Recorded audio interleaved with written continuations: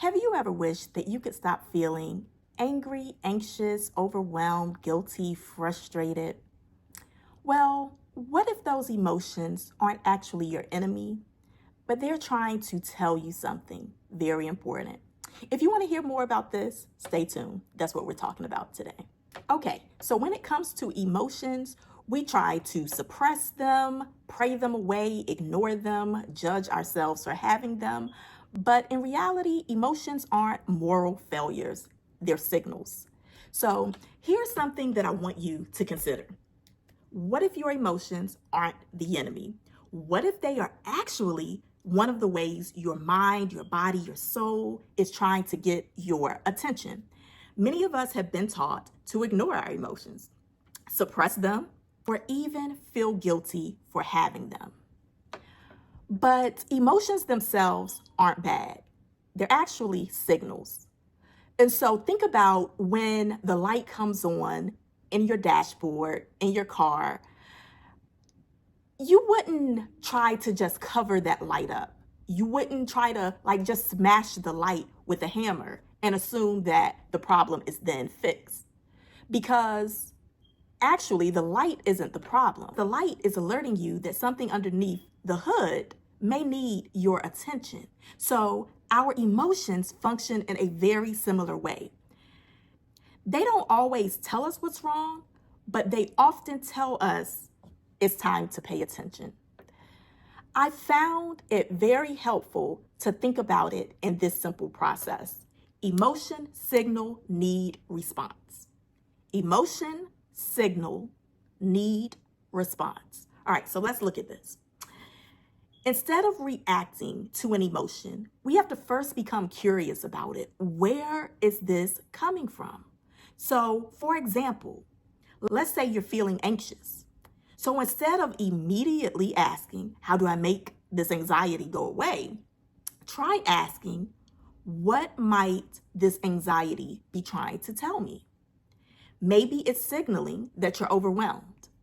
Maybe you've taken on too much. Maybe you're carrying uncertainty about the future. Maybe you've been running on empty for weeks.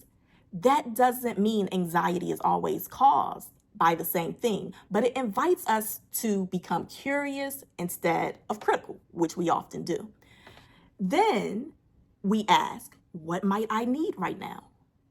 Perhaps I need rest.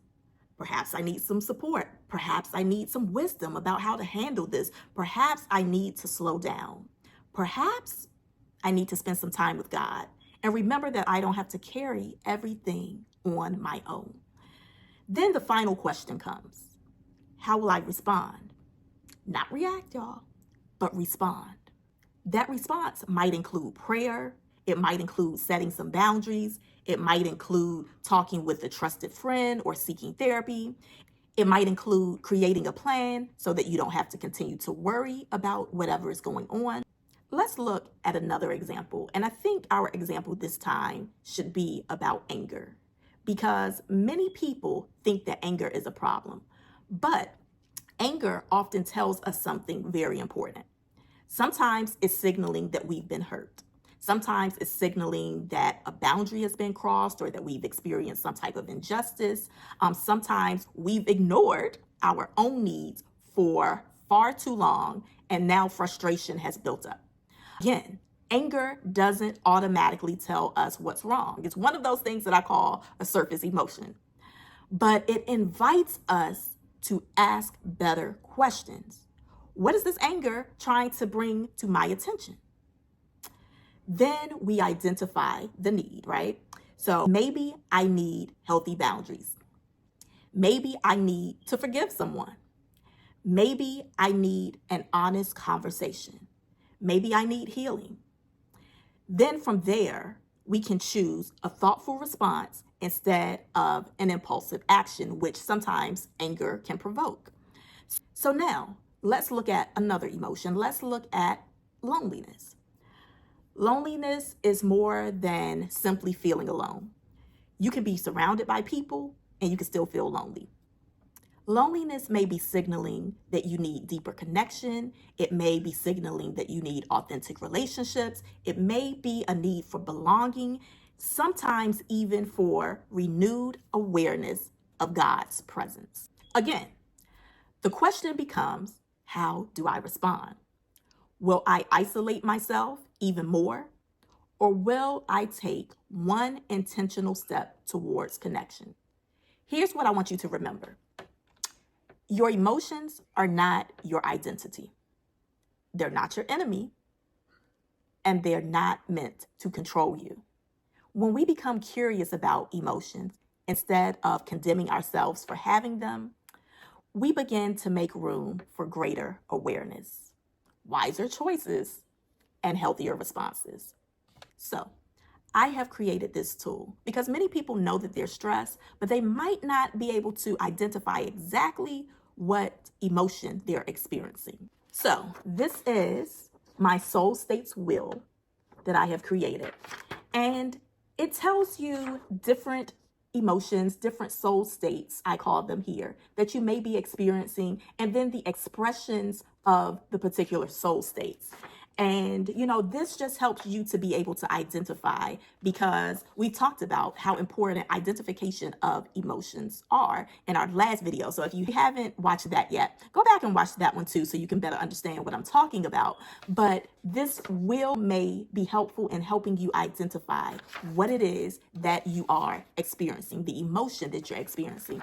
And then along with the will, you'll get the soul states guide.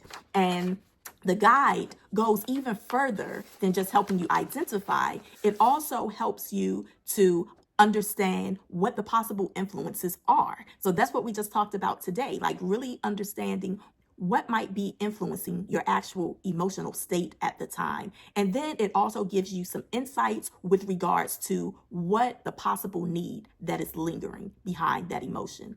And then it also helps you, especially, if you just don't know how to respond or you find yourself responding impulsively, it also helps you to be able to respond with intention. And it also gives you a scripture for further meditation. And so if you haven't already grabbed the Soul States Guide, go ahead. I'm linking it below.